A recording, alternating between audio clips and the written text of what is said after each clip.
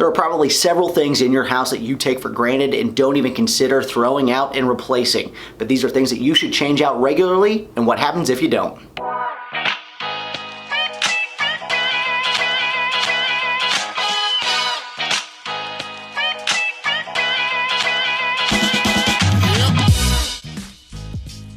On average, you should replace your HVAC filter at least every 3 months. By doing so, you're gonna make sure the airflow through the system is uninhibited, and it's gonna go through and make sure everything is operating at its peak performance. If you don't replace them regularly, it can really hurt the performance, it can drive up your energy costs, and if it's a newer unit and you're not maintaining it properly, sometimes it may even invalidate the warranty. Okay, check your owner's manual on this one because every vacuum is a little bit different, but typically you're gonna need to change your filter out between every 6 months to every 2 years. Not only is it gonna keep it sucking better, it's also gonna make sure that it doesn't impact how hard it's working, which could entail become a fire hazard. So this one's actually pretty easy to take into consideration. When do you replace a smoke detector? When it stops working, or 10 years, whichever comes first. But the most important thing you need to know is you need to be checking them monthly.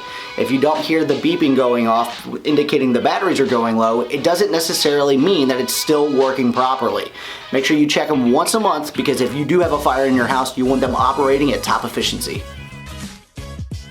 This is probably one of the most neglected things that everybody has in their house that they hang on to way longer than they need to.